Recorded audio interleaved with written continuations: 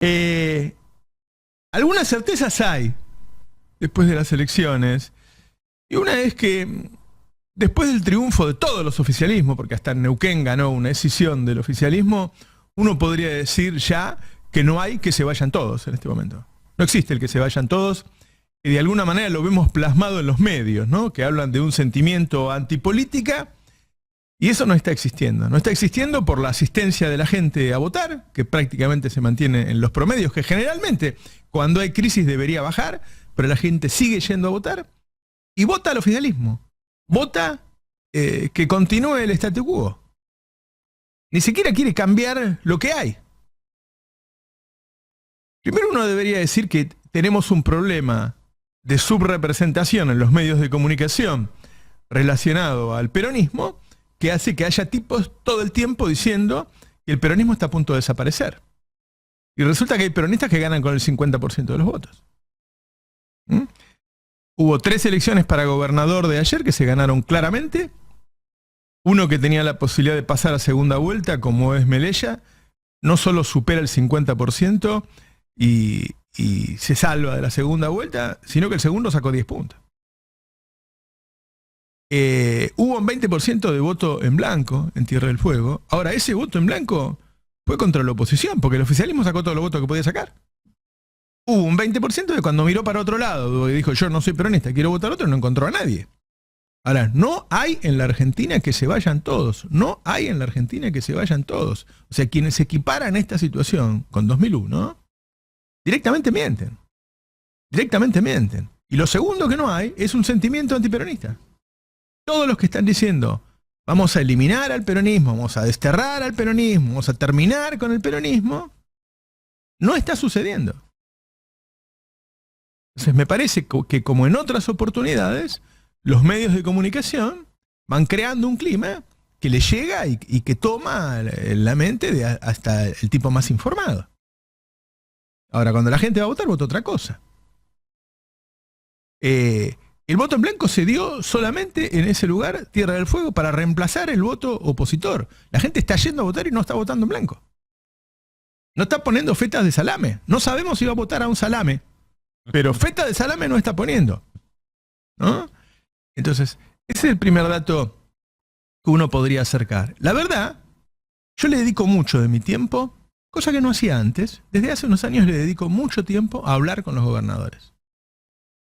Viajo yo, cuando vienen ellos los veo acá, hablo por teléfono 1 o 2 veces por semana con cada uno. Y la verdad es que lo que cuentan es que la diferencia fuerte con la época de Mauricio Macri es, 1, la obra pública. Pero una diferencia arrasadora, ¿no? Mauricio Macri les había sacado la obra pública. Y ellos están llenos de obra pública. Y 2, el crecimiento de la industria. Como ustedes saben, aún en esta crisis, el último dato que tenemos, que es de marzo, la industria volvió a crecer. Son provincias que en general está creciendo su economía, que tienen un desempleo bajísimo, 2-3%, que tienen mucha obra pública y que en algunos casos se están viendo beneficiados por estos cambios estructurales en la matriz productiva de Argentina, en la que aparecen recursos naturales estratégicos, el litio, el cobre, el gas, el petróleo, que benefician a estas provincias. Nos cuesta mucho a todos analizar qué pasa, porque estamos en medio de un cambio en la Argentina y en el mundo, que nació con la pandemia, que continuó con la guerra internacional, que está muy relacionada con la guerra geopolítica de Estados Unidos y China, que juega muchísimo en la economía de países como el nuestro, un país mediano, un país que yo no le llamaría subdesarrollado, sino en vías de desarrollo, es decir, con algunos sectores muy desarrollados y otros todavía retrasados, y con una fragmentación social que hace que sea muy difícil de abarcarla, de analizarla, de asirla, de decir, bueno, yo conozco al sujeto social argentino, por lo tanto me voy a dirigir a él. Y ese sujeto social argentino está atomizado, diría yo, ¿sí? Tenés trabajadores en blanco que le ganan a la inflación, trabajadores que empatan, tenés muchos trabajadores en blanco que pierden con la inflación. tenés trabajadores en negro que pierden con la inflación y tenés una cantidad de cuentapropismo como creo que jamás hubo en la Argentina. Cuentapropismo que también se divide en el que apenas sobrevive, en el que tiene un sueldo que le alcanza para vivir y uno que gana mucho. Yo daba anoche algunos datos que me fui enterando en los últimos días, que por ejemplo, en el tema economía del conocimiento, hay un nivel de exportación absolutamente récord, pero que la mitad de esas exportaciones son en negro. Los registros de la economía en blanco no sirven para medir la conducta de la economía, porque la economía en negro creció tanto que ese subregistro no nos permite analizar lo que está pasando en la economía argentina.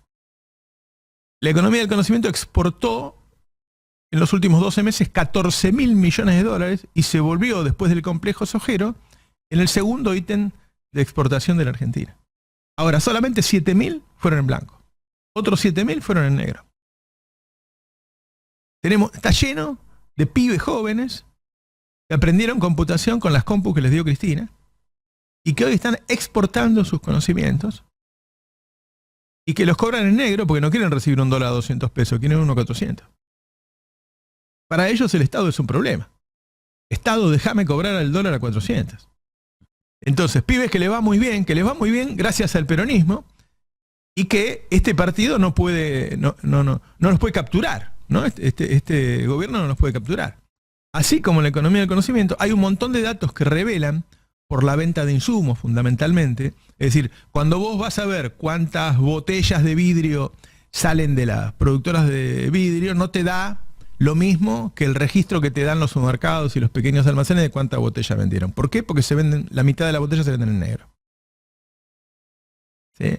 Entonces, hay una economía en negro que no estamos viendo, que creció muchísimo después de la pandemia en todo el mundo y que hace que el paisaje nacional termine siendo absolutamente distinto que el 2001. Un 2001 donde vos no podías caminar por la calle por los cartoneros, donde la gente revolvía los tachos de basura, donde había colas interminables de gente para pedir laburo. Hoy se intercambia con restaurantes baratos o lugares de choripán o es decir, bares y restaurantes en lugares humildes que están llenos. Lo mismo ocurre, bueno, ni hablar de la Ciudad de Buenos Aires, ni hablar de los recitales que juntan 40, 50, 100 mil personas, del turismo desde Cariló hasta San Clemente. Es decir, hay una cantidad de personas que están viendo muy perjudicadas por la inflación, y hay una cantidad de personas que están recibiendo mucha guita en la economía en negro que no está registrada. Ese sujeto social no lo está capturando el oficialismo, porque vos para ganar una elección no necesitas que a todos le vaya bien. Menem gana una elección con un 19% de desempleo, porque la clase media estaba contenta con el 1 a 1. Me parece que hay cosas que no se están leyendo. Me parece que el plafón que deja Cristina con un 100% de jubilados, la asignación universal por hijo, bueno, los remedios gratis que Alberto vuelve a poner después que lo saca Cristina, un montón del plan Procrear, del plan Progresar, de un montón de cosas que hoy existen y que no existían en 2001, es decir, un estado de bienestar a la criolla, más una economía en negro que no percibimos, pero que genera bienestar en una parte de la población, hacen que haya un sujeto social que debería estar votando al peronismo, que creó esas condiciones, pero que no es capturado. Yo le sumaría a eso las internas feroces y la ínfima capacidad de Alberto de hacer política con las cosas que sí hace bien, ¿no? Un presidente que le cuesta consolidar las cosas que sí le salen bien y que además en el medio de tremenda pelea, en donde el Poder Ejecutivo es criticado por todos. Bueno, es muy difícil si todos te critican. Digo, es como si 2 meses antes de la elección de Macri, Vidal y Larreta en 2019 hubiera estado diciendo este es el peor presidente del mundo, saquémoslo a patada y qué sé yo. Bueno, es muy difícil ganar una elección así.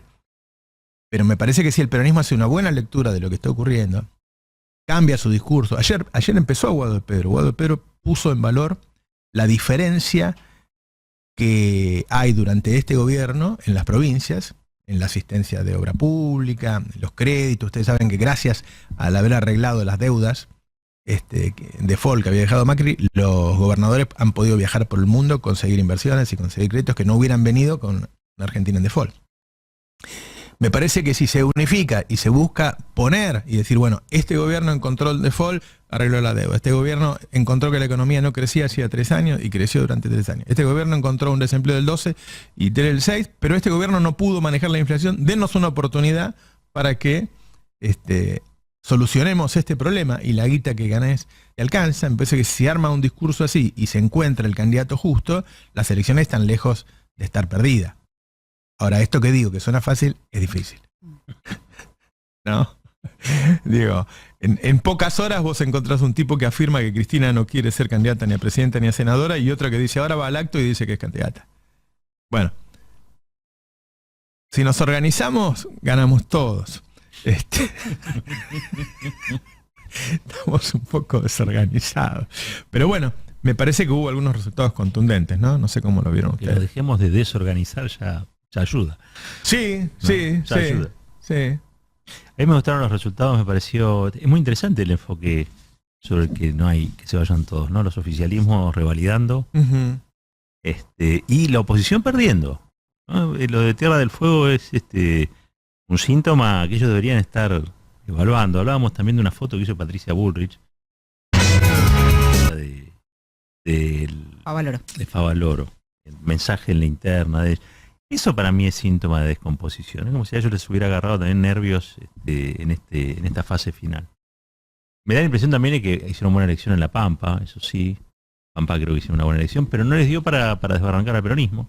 Es una situación para el peronismo en general, digamos, uno podría evaluar como complicada desde el punto de vista que vos mencionabas, pero también es cierto que las administraciones locales son eficientes. Si no, la gente votaría otra cosa. Es muy sencillo. Ya no existe la cautividad, digamos, ¿no? En eso. Y lo de San Juan, bueno, creo que hay un efecto ahí que es producto de la Corte, ¿no? De lo que ha decidido la Corte. Porque perder la capital, creo por muy poquito, digamos, pero se perdió, a pesar de que ganaste casi todo el resto de la provincia. 15 distritos ganó el peronismo sobre 19. Sí. No es el escenario catastrófico que vos bien decís, está sobre representado, digamos, en los medios de comunicación. Al contrario. Es cierto que también vos tenés un escenario de desdoblamiento, ¿no? Y hay como un olfato que dice, che, hasta que no se arregle el lío de arriba, por lo menos nosotros vamos con lo propio, con los resultados de lo propio, y viene revalidando. Lo que es una gran derrota, si se quiere, de las posiciones y una gran victoria de los oficialismos. Sí. Yo creo que si bien no se pueden sacar conclusiones lineales entre estos resultados y el eventual resultado de una nacional, en todo caso hay algunas cuestiones que sí están claras o que podrían haber sido distintas en todo caso.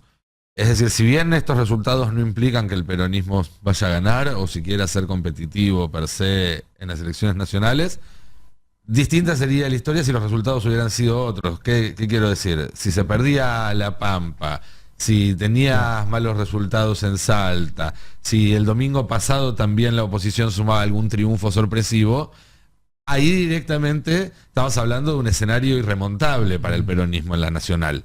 Es decir, sigue con vida, sigue con expectativa, y por eso también, y algo de esto recién lo decía Roberto, los efectos de la elección de ayer quizás se entienden más desde una perspectiva desde lo psicológico que desde lo político.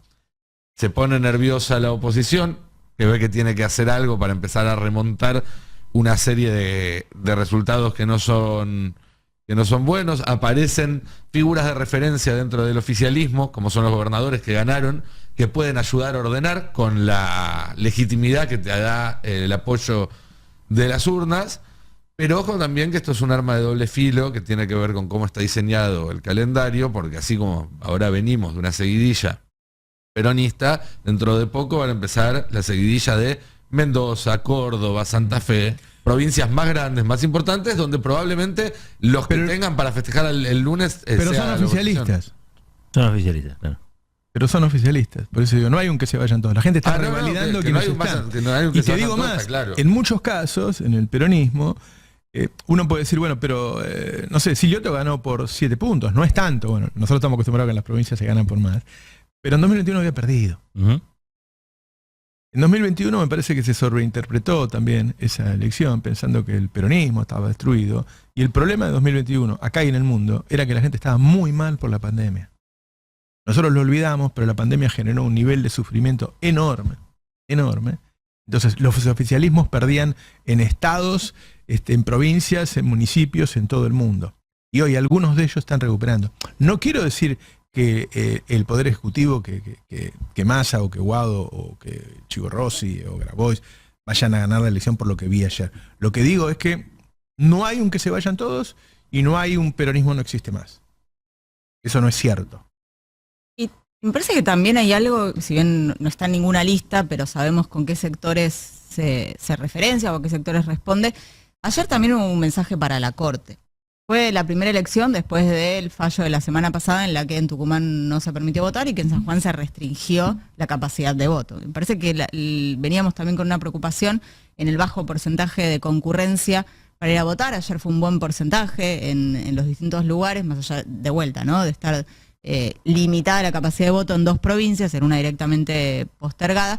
Pero me parece que ahí también, más allá de que la Corte seguramente no le preocupe demasiado lo que se haya dicho ayer en las urnas, sí hay un mensaje en cuanto a, bueno, seguimos eligiendo votar, seguimos eligiendo la democracia, seguimos eligiendo poder ir a sufragar en libertad. Digo, me parece que más allá de que no fue directo, nadie le puso un mensaje dentro de la urna y nos enteramos, sí hay una relación en cuanto a lo que sucedió en esa semana y lo que pasó. Digo, en San Juan mismo, ¿no? No es que se vació la intención de voto por un fallo de la Corte. La gente fue a votar. Hay una decisión que la Corte tomó muy por afuera de la voluntad popular y que se visibilizó en esto, ¿no? En un porcentaje que en algunos casos superó el 70% cuando veníamos de elecciones que no estaban dando tanto aliento en ese sentido. Así que si Rosati está decidido a avanzar en fallos similares al de la semana pasada, bueno, tiene votantes, tiene un pueblo que está dándole un mensaje contrario. Uh-huh. Coincido con lo que decís de la economía. Sí que en buena medida la inflación tiene un efecto desesperante, ¿no? Porque te pone muy, muy nervioso. Nos angustia, nos pone nerviosos. Así es. Es cierto, pero también coincido en que creo que el ánimo general, muchos oyentes se van a enojar porque debe haber muchos que no llegan a fin de mes y que tienen problemas para comprar en el supermercado, y es todo verdad. Pero es cierto que hay un sector de la sociedad que le va bien. Me parece que el ánimo general es como peor. Si vos a ese sector, si vos al tipo que le saca una entrada para ir con la mujer y la hija a ver a Luis Miguel y se gasta 200.000 pesos para estar un rato, seguro que le preguntás a la salida de recital cómo está el país, te va a decir, es un desastre, acá no se puede vivir. Pasa eso. Creo que como que el ánimo es peor.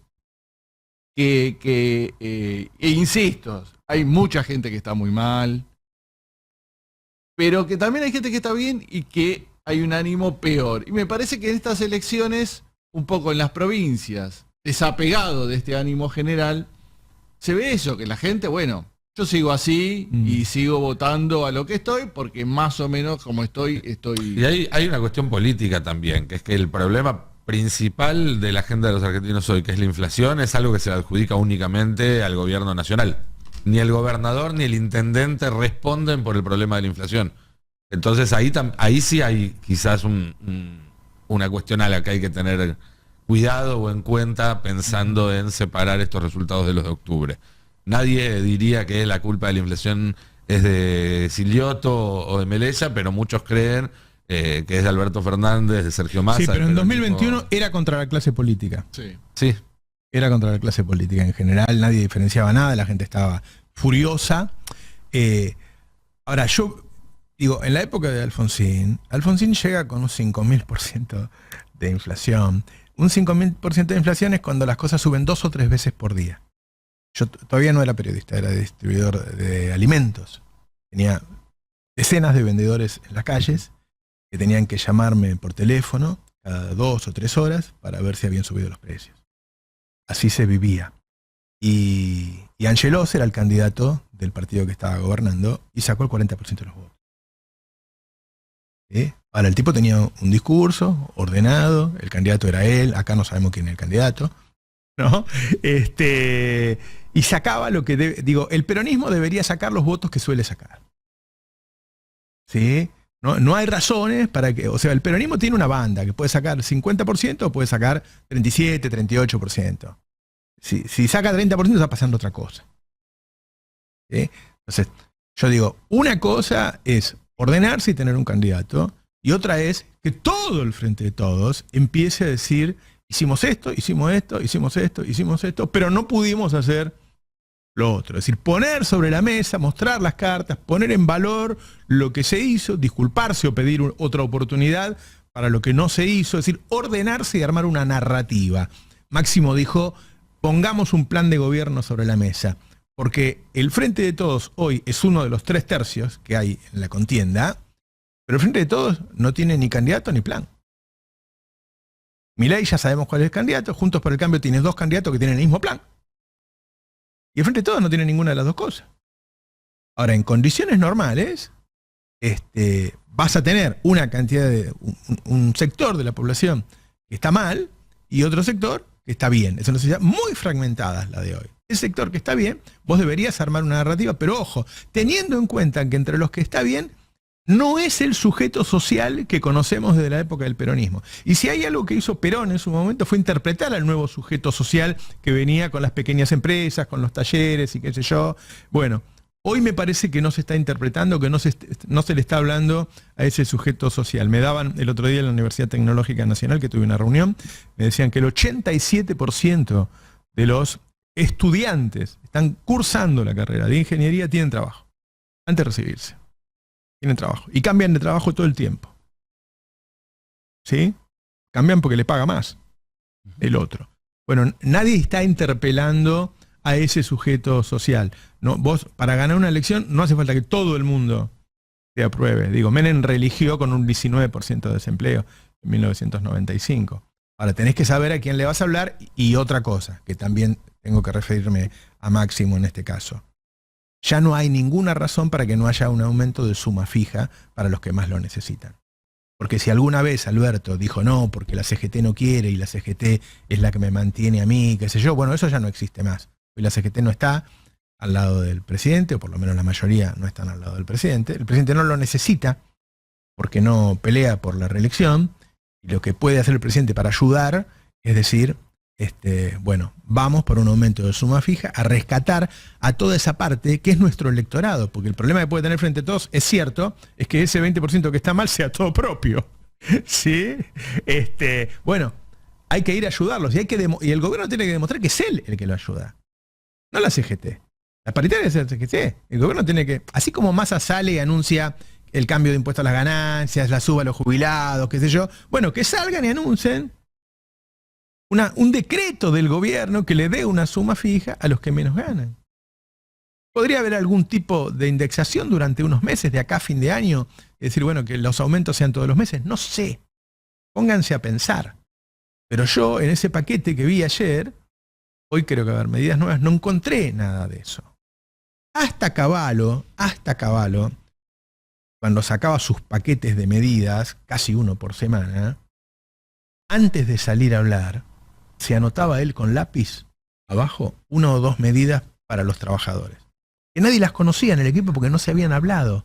Porque era un invento de él al último momento, porque él sabía que era un político, que quería ser presidente, y que entonces tenía que poner medidas. Yo a veces le digo a algunos dirigentes nuestros, digo, hace mucho que no te escucho decir la palabra trabajadores.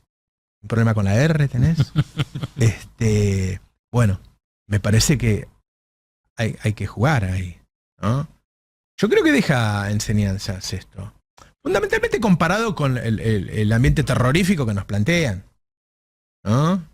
La gente no va a ir a votar, que la gente va a votar todo en blanco, que el peronismo ahora termina, Espera un ratito que termina. ¿A qué hora termina, che? No termina, mirá cómo le fue a estos tipos, cómo le fue al riojano, cómo le fue al fueguino, cómo le fue al pampeano. No termina. Yo creo que ellos son a veces tan potentes que nos convencen a nosotros mismos, lo digo en primera persona. Cuando hablaste de la subrepresentación mediática está clarísimo eso, ¿no? Digo, si vos me mostrás, vamos a ver, es muy chiquitita, la elección de Tierra del Fuego, hay que decirlo, es chiquitita. Pero lo que refleja esa elección, entre otras cosas, es que Milei, una cosa es en las redes y otra cosa es en el resultado. Una encuesta es más chiquita que la cantidad de es más chiquita, bueno. Pero digo, hay algo ahí que también te está llamando la atención de la realidad. Decir, bueno, pará, no sé en centros urbanos, falta todavía un trecho por recorrer, pero si había posibilidad de que ese 20% que no encontró oposición o líder opositor para se volcara a Milei, era eso. Lo segundo que va detrás de Merella, ¿no? Y realmente no lo pudo capitalizar. Tal vez porque no era él, tal vez porque no era la presidencial. Siempre hay otros ingredientes para ver. Pero me parece que también es ese fenómeno. Che, cuidado porque es probable que haya 3/3, pero que uno de esos 3 todavía esté disputando si es Milei o es otro. O es el voto en blanco. Todavía no está, me parece, totalmente definido. Lo vamos a ir viendo, ¿no? Ahora, creo que más que nunca la elección está en manos del peronismo. Creo que si el peronismo decide ponerse en modo campeón, o sea, si decide organizarse para ganar, tiene muchísima chance, pese, yo creo que el tema económico tiene un peso específico en un sector, en el enojo social, pero entre otras cosas porque no hay quien canalice eso. O sea, realmente Juntos por el Cambio no está haciendo buenas elecciones, salvo en los lugares puntuales donde seguramente va a revaliar, pero no aparece en esto que pasó el domingo un voto hacia la oposición. De hecho, bueno, nos vamos corriendo del peronismo, vamos a buscar a Macri, como pasó si se quiere, o pudo aglutinar Macri en 2015. ¿No? Finalmente lo consiguió. ¿Y cómo lo consiguió? Tragándose el bigote, no sé, pero lo consiguió.